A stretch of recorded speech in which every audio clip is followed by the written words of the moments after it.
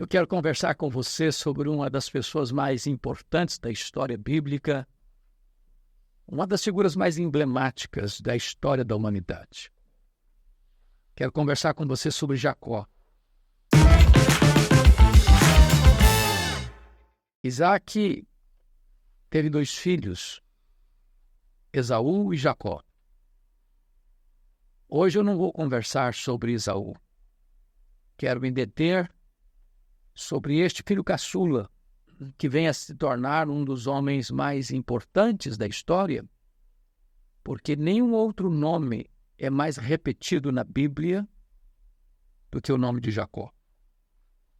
O nome de Jacó aparece mais na Bíblia do que Abraão, do que Moisés, do que o apóstolo Paulo, do que Pedro. Este é um homem que, diríamos nós, foi neto de crente, filho de crente, mas ele não era crente. A conversão de Jacó vai se dar na fase bem madura da sua vida, quando ele tem um verdadeiro e transformador encontro com Deus. Às vezes, quando você lê na Bíblia que o Jacó saiu de casa depois de ter enganado seu pai, traído seu irmão, e ter que fugir para não sofrer a retaliação do seu irmão Esaú. Ele que vivia, diríamos nós, numa linguagem bem brasileira, na barra da saia da mãe. Imaginamos um Jacó juvenil, talvez um adolescente, diríamos hoje. Mas quando Jacó sai de casa, depois de enganar o pai, trair o irmão, às pressas, corrido, fugido, porque Esaú ficou muito irado e prometeu matá-lo depois que o seu pai morresse. A gente imagina um Jacó ainda imaturo, no sentido de idade, mas Jacó tinha exatamente 77 anos quando ele fugiu de casa, rumo a Padã Arã. Talvez você diga assim, mas isso não é chute, isso não é conjectura. Que prova eu tenho que Jacó tinha 77 anos quando saiu de casa? Me acompanhe no raciocínio e você chega nessa conclusão. Ele tinha 77 anos e foi para Padã Arã. Ali ele trabalhou 14 anos por Raquel e Lia. A contragosto é bem verdade, porque ele foi enganado também pelo seu sogro. Então, quando faz 14 anos que ele mora lá, nasce o José. Então, se você soma 77 com 14, você terá 91 anos. Quando José nasceu, o Jacó tinha 91 anos de idade. Ele queria ir embora, seu sogro não o permitiu. Reteve-o mais 6 anos. Então, 14 com 6 são 20. E é o que a Bíblia diz, ele ficou 20 anos em Padã Arã antes de retornar para sua terra. E, portanto, Jacó tem 97 anos quando passa pelo Val de Jaboque. Há 3 momentos decisivos na história deste homem que se resumem em 3 palavras: Betel, Peniel e El-Betel. Betel está ligado à fuga dele, à ida dele para Padã Arã, quando ele tem um sonho à noite, dormindo, na pedra como travesseiro. Ele vê uma escada cujo topo chegava ao céu e os anjos subiam e desciam por essa escada. Deus se revelou a ele, fez promessas a ele de dar-lhe a terra, de dar-lhe uma grande descendência, de abençoá-lo, de protegê-lo.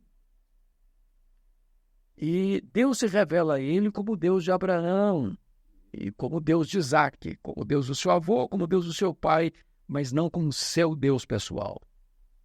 Ali em Betel, Jacó conheceu o Deus de seus pais, o Deus de promessas, que o abençoou, que o protegeu.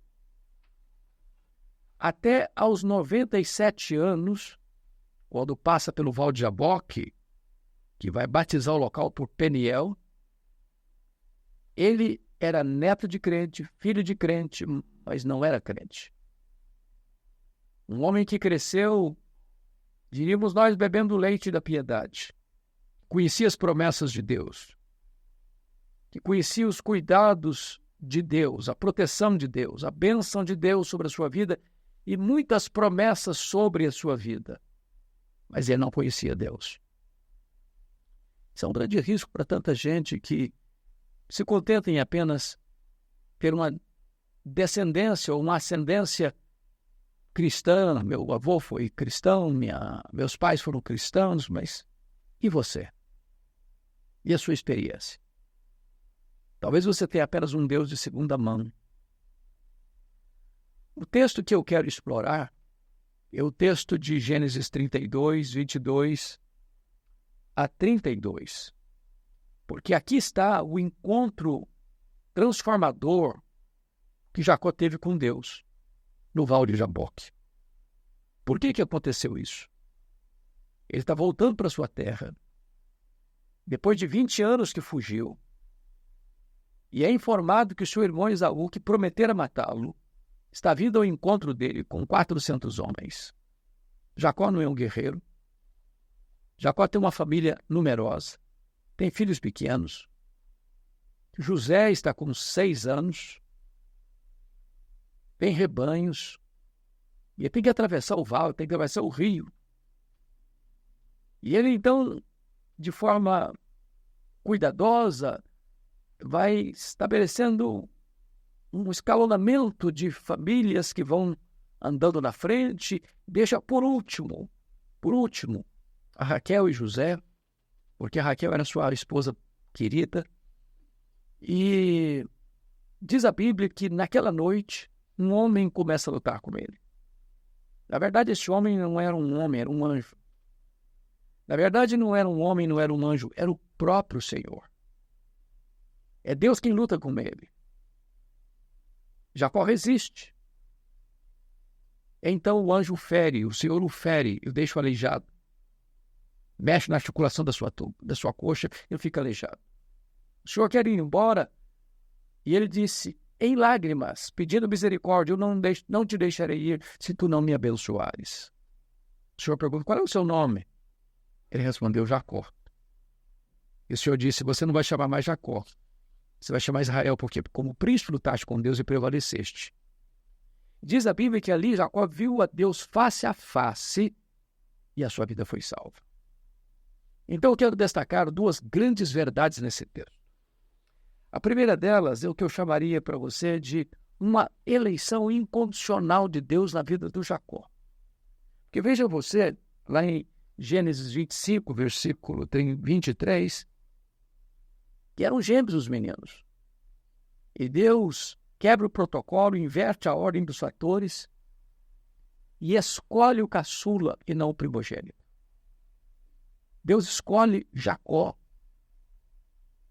mas de maneira incondicional, porque não havia mérito nele.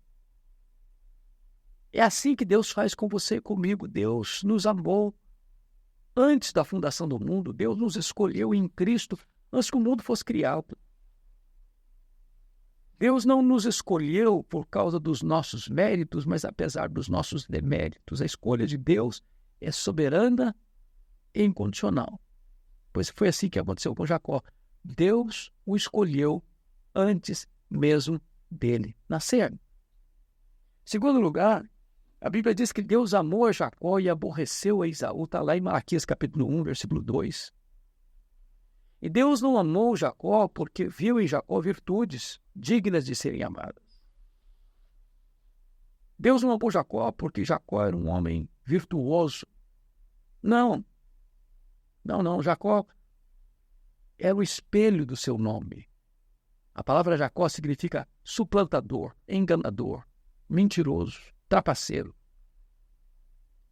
Se Deus fosse olhar para quem nós somos, os nossos defeitos, os nossos erros, os nossos pecados, as nossas mazelas, as nossas transgressões, a tortuosidade do nosso caráter, Ele jamais nos escolheria. ele jamais nos amaria. A causa do amor de Deus por você e por mim, assim como foi com Jacó, não está em nós, mas no próprio Deus. Ele é amor e por isso nos amou. O amor eterno nos atraiu para ele com cordas de amor. Em terceiro lugar, está escrito aqui no texto de Gênesis 32, versículo 24, que ficando Jacó só, lutava com ele um homem até ao romper do dia.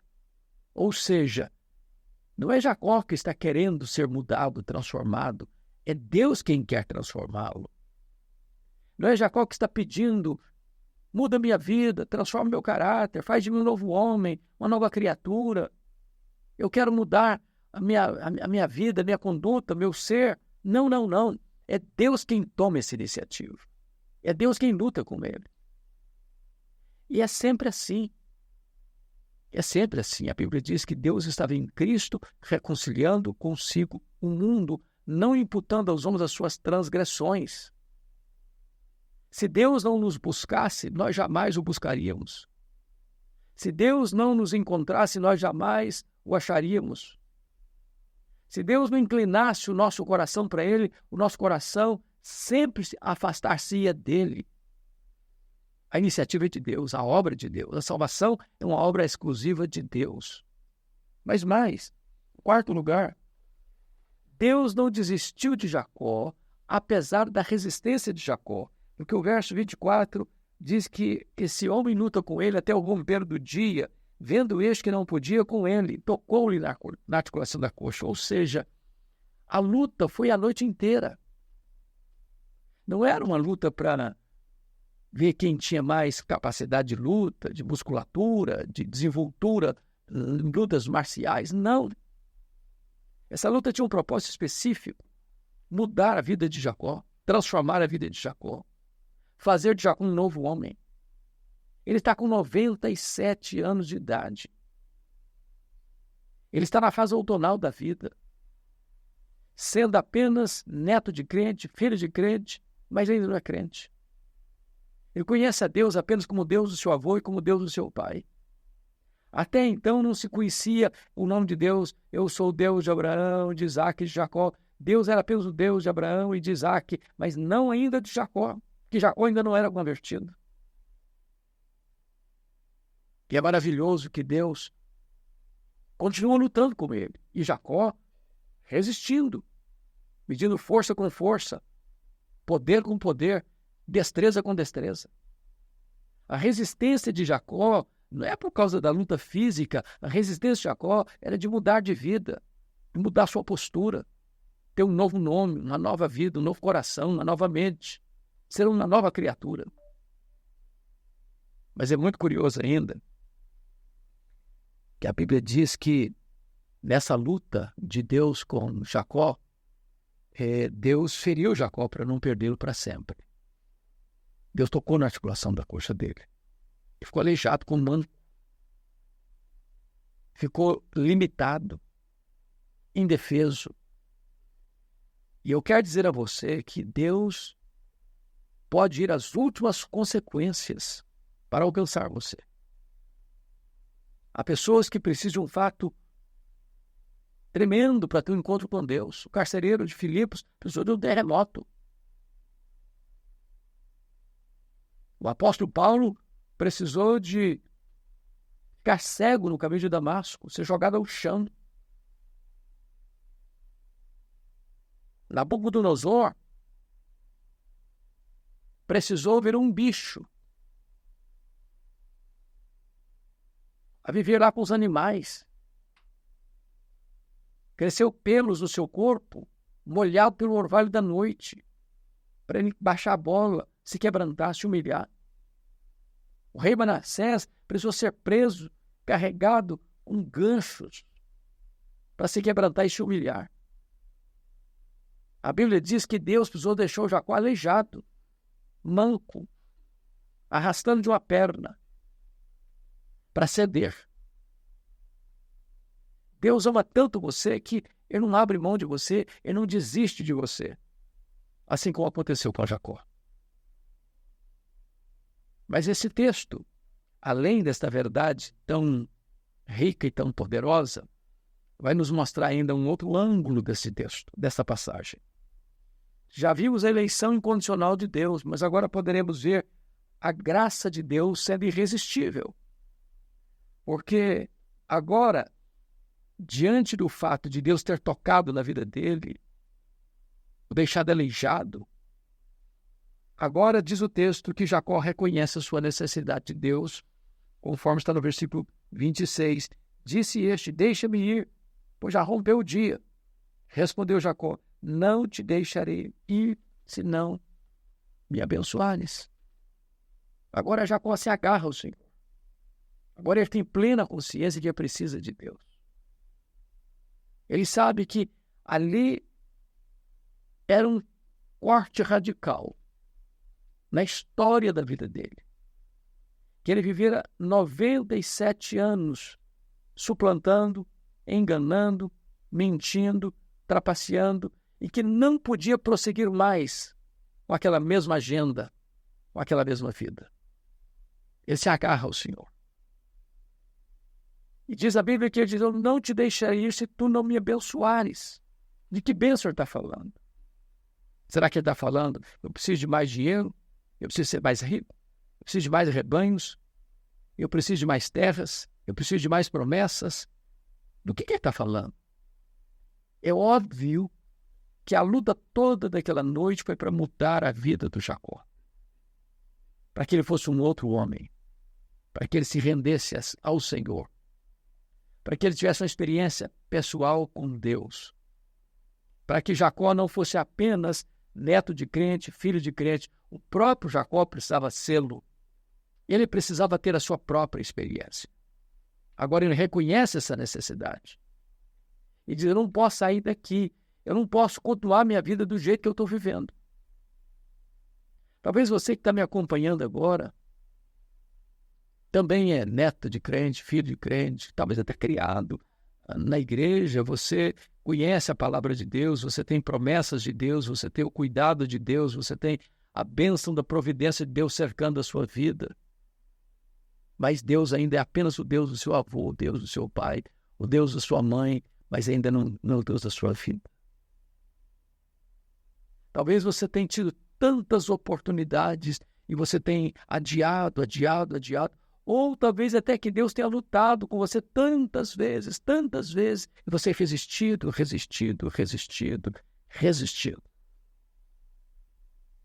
Pois é, Deus pode fazer algo radical na sua vida, para não perder você para sempre. Como fez com Jacó. E agora é Jacó quem tem plena consciência que não dá mais para prosseguir sem ser transformado neste encontro com Deus. Ele se agarra ao Senhor. E eu quero encorajar você a não desistir também, a não retroceder, a não adiar mais esse encontro com Deus.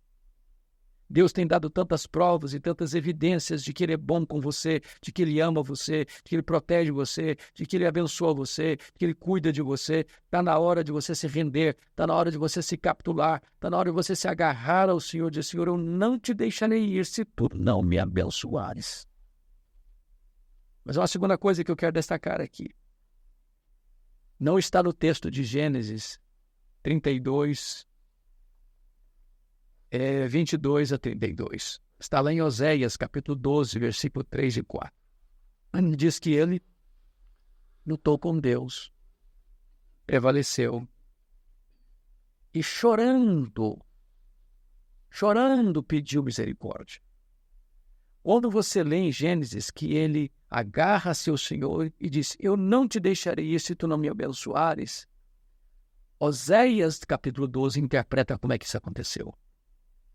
Não foi com olhos enxutos, com o coração seco, duro. Ele está em prantos. As lágrimas estão rolando em seu rosto. Ele foi nocauteado pela graça. Ele agora entrega as armas, arreia as armas. Ele se capitula. Ele está aqui agora completamente convencido de que não pode mais prosseguir sem ser transformado pelo poder da graça de Deus. E ele chora pedindo misericórdia. Note você que ele não pede justiça. Ele não tem mérito. Não tem nada nele que possa recomendá-lo. Está com 97 anos, mas a vida ainda não mudou.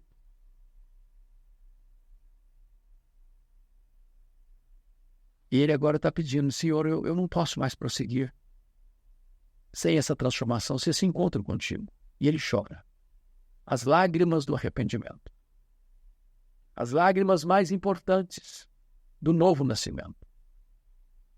Assim como um bebê que, ao nascer, chora, começando a sua vida, dando um sinal de vida. Jacó chora porque ali ele está nascendo de novo. Ali ele está começando a ser uma nova criatura. E ele não pode mais prosseguir a não ser que Deus mude a vida dele, transforme a vida dele neste glorioso encontro com Deus. Mas há uma terceira coisa que eu quero destacar. Jacó confessa o seu pecado a Deus. Porque o versículo 27 diz assim, perguntou-lhe, pois, como te chamas? Ele respondeu, Jacó. Isso não é uma resposta, isso é uma confissão. Há 20 anos, quando ele fugiu de casa, corrido, naquele dia ele entrou no quarto do seu pai e mentiu para o seu pai. Porque o enredo era esse. O pai gostava mais do Esaú, a Rebeca, a mãe, gostava mais do Jacó. Erro na criação dos filhos. Os pais não podem ter preferência por um filho em detrimento do outro. Jacó já estava velho, já não enxergava direito.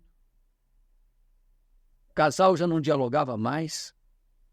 A Rebeca escuta atrás da porta o Isaac dizendo para Esaú, você vai procurar uma caça, eu gosto do prato que você faz, você vai fazer uma comida saborosa para eu abençoar você. O Isaac sabia que a bênção de Deus tinha que estar ligada a Jacó e não a Esaú. O Isaac está na contramão da vontade de Deus. A Rebeca então chama Isaac, chama Jacó e diz, ô Jacó, você vai lá no campo, pega um cabrito, eu vou fazer um prato especial para o seu pai, já cozinha para ele há tantos anos, eu sei o gosto dele. E você vai entrar no quarto do seu pai, como se você fosse Esaú. E se você não entrar agora, seu pai vai abençoar Esaú e você vai ficar fora dessa bênção. Então, já que Deus não agiu até agora, eu vou dar uma mãozinha para Deus. Outro erro. Deus não precisa de mãozinha nossa. Deus tem o seu tempo, o seu modo de agir. O Jacó disse, não, mamãe, mas não vai funcionar. E quando você pensa nisso, você está pensando, fosse um adolescente. Não, quando isso aconteceu, eu tinha 77 anos. Não vai funcionar, mamãe. E meu pai vai descobrir que eu não sou Jacó, que eu não sou Esaú, que eu sou Jacó, e em vez de bênção vai ter maldição. A Rebeca diz, cai essa maldição sobre mim, me obedeça. Com 77 anos, ele vivia na barra da saia da mãe, controlado pela mãe. Então, ele obedece a sua mãe, pega o cabrito, prepara a refeição, pega a pele do cabrito, bota nas mãos dele, nos braços, porque o Esaú era peludo, ele era liso, pega a melhor roupa do guarda-roupa lá do Esaú, bota nele, e aí vem o Jacó com a bandeja de um cabrito saboroso e diz, papai, eu trouxe a sua comida. O pai pergunta, mas quem é você? O Jacó respondeu, eu sou Esaú. Ele respondeu, bom, a voz é do Jacó, mas o perfume que eu estou sentindo é do Esaú. Chega aqui perto de mim. Apalpou, cheio de pelo, e perguntou de novo, você é Esaú mesmo? Jacó respondeu, sim, eu sou Esaú. Mas como é que você conseguiu tão rápido essa caça? Ah, Deus, botou Deus na história. Mentiu em nome de Deus. Trapaceou de todas as formas. E desta maneira roubou a bênção. enganou o pai, traiu o irmão. Passaram-se 20 anos, fugiu de casa, constituiu família, tornou-se um homem rico. Está voltando agora com 97 anos. O José tem 6 anos. E o Senhor, então, naquela luta, naquela noite decisiva da sua história, no Val de Jaboque, o Senhor pergunta: qual é o teu nome? Eu acho isso impressionante porque parece óbvia demais essa pergunta. Será que o Senhor não sabia quem era ele? Será que o Senhor não sabia o nome dele? Óbvio que não. Essa pergunta não foi feita porque Deus precisava de uma informação. Essa pergunta foi feita porque Deus queria acordar a consciência adormecida de Jacó. Deus queria que ele reconhecesse a história que ele estava vivendo até hoje, de engano, de mentira, de trapaça, de suplantador. E então Deus perguntou: qual é o seu nome? Há 20 anos ele respondeu: eu sou Esaú. E enganou, e mentiu, e trapaceou. Mas agora, chorando, pedindo misericórdia, quando o Senhor perguntou: qual é o seu nome? Ele respondeu: Jacó. Aquilo não foi uma resposta apenas, foi uma confissão. Ele está dizendo o seguinte: eu sou o que o meu nome representa. Eu sou um suplantador, eu sou um mentiroso, eu sou enganador. Eu há 97 anos tenho vivido debaixo deste peso de ser um homem que não anda na verdade, que não te conhece pessoalmente. O Senhor até hoje foi o Deus do meu avô, o Deus do meu pai, mas agora eu reconheço que eu preciso de salvação. Eu não posso mais seguir na linha que eu estou seguindo. Eu preciso ser transformado, eu preciso ser salvo. Eu preciso te encontrar, eu preciso que tu sejas o Deus da minha vida. E o Senhor respondeu para ele: então você não vai chamar mais Jacó. Você não vai ser mais um enganador, você não vai ser mais um suplantador. Você vai ser príncipe de Deus. Você vai chamar Israel, príncipe de Deus. E a partir desse momento, um novo nome de Deus é conhecido na história. O Deus de Abraão, o Deus de Isaac, o Deus de Jacó. Porque agora Jacó não tem apenas uma fé de segunda mão.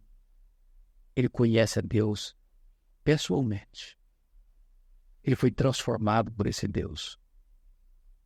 A sua salvação acontece. A sua conversão acontece. Como o dia mais importante da sua vida, o dia mais importante da sua história. E diz a Bíblia que agora tem um quarto ponto, está no versículo 30, que diz assim: aquele lugar chamou Jacó Peniel, pois disse: vi a Deus face a face e a minha vida foi salva. Ah, que encontro glorioso, transformador. Agora Jacó não é apenas neto de crente, filho de crente, ele também é crente. Agora Deus não é apenas o Deus do seu avô e do seu pai, é agora também o seu Deus. Agora Jacó não tem apenas uma fé de segunda mão e tem a sua própria experiência com Deus. Aos 97 anos, ele agora pode dizer: a minha alma foi salva, porque eu via Deus face a face. Não apenas ouvi falar de Deus, não apenas tenho promessas de Deus, não apenas a bênção de Deus, não apenas o cuidado de Deus. Eu tenho Deus como o Deus da minha vida, o Deus da minha salvação. É um novo homem, é uma nova história, é um novo futuro. Diz a Bíblia que ele saiu daquele vale manquejando, mas feliz. Saiu manquejando, mas vibrando de alegria. Saiu manquejando, mas salvo. Saiu manquejando, mas com a certeza de que seu nome está no livro da vida. Manquejando, mas tem a certeza de que agora Deus mudou a vida dele e ele é uma nova criatura. O que é maravilhoso é que o Deus que salva é também o Deus que liberta. Porque na medida em que Jacó é transformado, o medo terrível que ele está tendo do seu irmão que estava vindo ao encontro dele com 400 homens, Deus inclina o coração de Esaú e em vez de guerra, em vez de vingança, tem abraço, tem beijo, tem reconciliação. E aqueles dois irmãos que viveram apartados agora podem se abraçar, podem se beijar, podem celebrar. E Jacó, então, pode testemunhar para Esaú o milagre da sua conversão, da sua salvação no Val de Jaboque. É maravilhoso que essa experiência dele foi pontuada de uma maneira muito interessante. Versículo 32 diz assim: por isso os filhos de Israel não comem até hoje o nervo do quadril na articulação da coxa, porque o homem tocou a articulação da coxa de Jacó no nervo do quadril. As gerações pósteras até hoje, sempre que vão comer, eles param e pensam na conversão de Jacó. Aquilo foi um testemunho para a história, para as futuras gerações. Toda vez que vai ter uma refeição na mesa de um judeu, a memória da conversão de Jacó vem à tona. E isso é relembrado do milagre que Deus fez na sua vida. Então, já vimos até aqui que o Deus de Peniel é o Deus da promessa. É o Deus que promete ir com você, caminhar com você, abençoar você, proteger você. Mas esse é apenas o Deus do seu avô, do seu pai. É o Deus que se revela em Betel, casa de Deus. Mas aqui em Peniel, agora Deus é o seu Deus pessoal, é o Deus da sua salvação.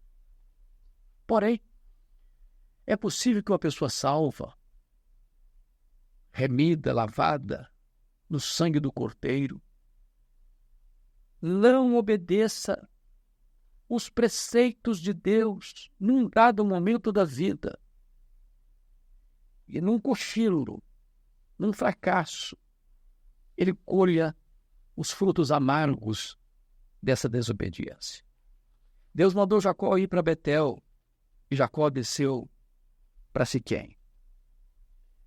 E diz a Bíblia que lá em Siquém ele foi armando as suas tendas, porque eram lugares de pastos verdes, mais favorável para a pecuária, para o seu trabalho como um pastor de ovelhas.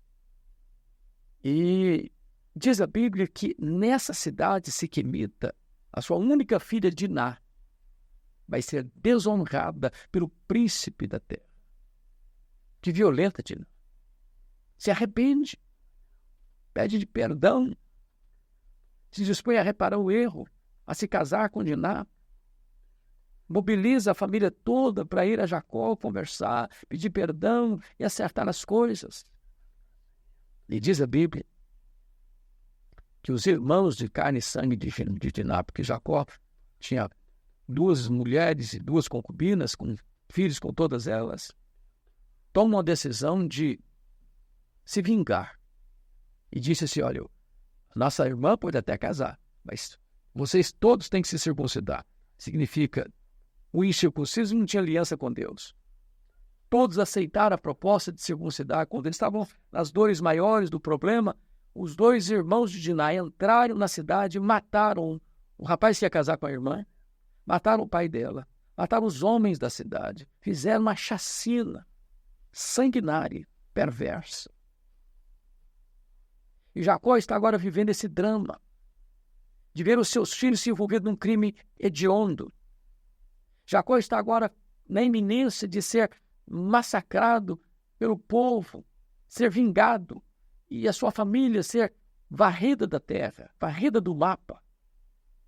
E nessa hora de angústia, de desespero até, Deus se aproxima de Jacó e diz: suba para Betel.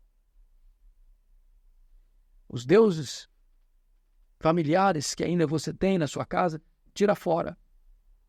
As mãos têm que ser limpas, as vestes têm que ser limpas, suba para Betel. E Deus livra Jacó. Quando ele chega lá em Betel, ele levanta um altar e dá um nome nesse altar: El Betel, o Deus da casa de Deus, o Deus da restauração. Deus está dizendo para Jacó: meu filho, eu te perdoo. Vamos recomeçar. Vamos começar uma nova jornada. Vamos começar uma nova caminhada. E Jacó então vem a ser esse homem pai das 12 tribos de Israel. Jacó vem a ser este homem que é o pai da tribo de Judá, de onde vem o Messias, o nosso glorioso Redentor. Deus restaura Jacó. Lá em Betel ele conheceu o Deus dos seus pais. Lá em Peniel ele conheceu o Deus da sua salvação. Lá em El Betel ele conheceu o Deus da sua restauração. Agora diz a Bíblia que o Jacó tem 108 anos, o José tem 17 anos. E José é vendido pelos seus irmãos para o Egito, cumprindo um plano de Deus, dentro da providência carrancuda de Deus.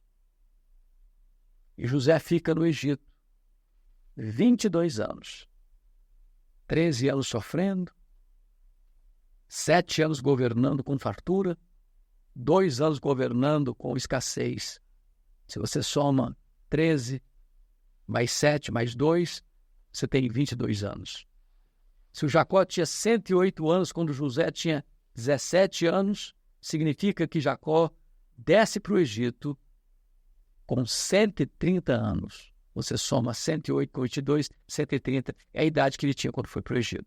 Viveu no Egito 17 anos e morreu com 147 anos.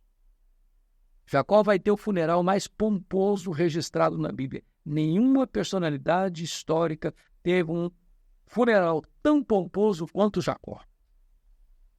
E agora a Bíblia diz que o nosso Deus é o Deus de Jacó. Sabe o que significa isso? É o Deus misericordioso. É o Deus da aliança. É o Deus que não desiste de nós. É o Deus que, apesar das nossas fraquezas, está sempre no nosso encalço para nos abençoar, nos proteger, nos guardar, nos transformar e nos restaurar. Eu quero dizer para você que Jacó está entre nós.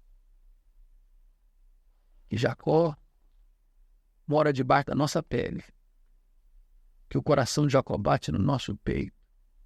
Nós somos Jacó. Deus não desiste de você. Deus não abre mão de você. Talvez você tenha adiado e adiado e adiado o seu encontro com Deus. Deus tem abençoado a sua vida, a sua casa, a sua família, os seus negócios, a sua saúde. Deus tem cuidado de você até hoje, mas ainda você não se rendeu. Deus é apenas ainda o Deus do seu avô e do seu pai. Hoje Deus quer ser o Deus da sua vida, transformar a sua história, mudar o rumo da sua jornada. Deus pode levantar seus filhos, sua descendência, para impactar a história, para ser o instrumento que Deus vai usar para a salvação de milhares de pessoas na história. Este Deus de Betel, de Peniel, de El Betel, é o Deus da promessa, é o Deus da salvação, é o Deus da restauração. E este Deus pode agora ser o Deus da sua vida. Quem sabe você se agarra ao Senhor agora pela fé. E você chore diante dele, dizendo: Senhor, eu não posso te deixar ir embora se tu não me abençoares. E Deus pode abençoar você, dando a você um novo coração, uma nova mente, uma nova vida, uma nova família, uma nova pátria, uma nova herança. Deus pode dar a você a vida eterna. Deus abençoe poderosamente o seu coração. Um grande abraço a todos.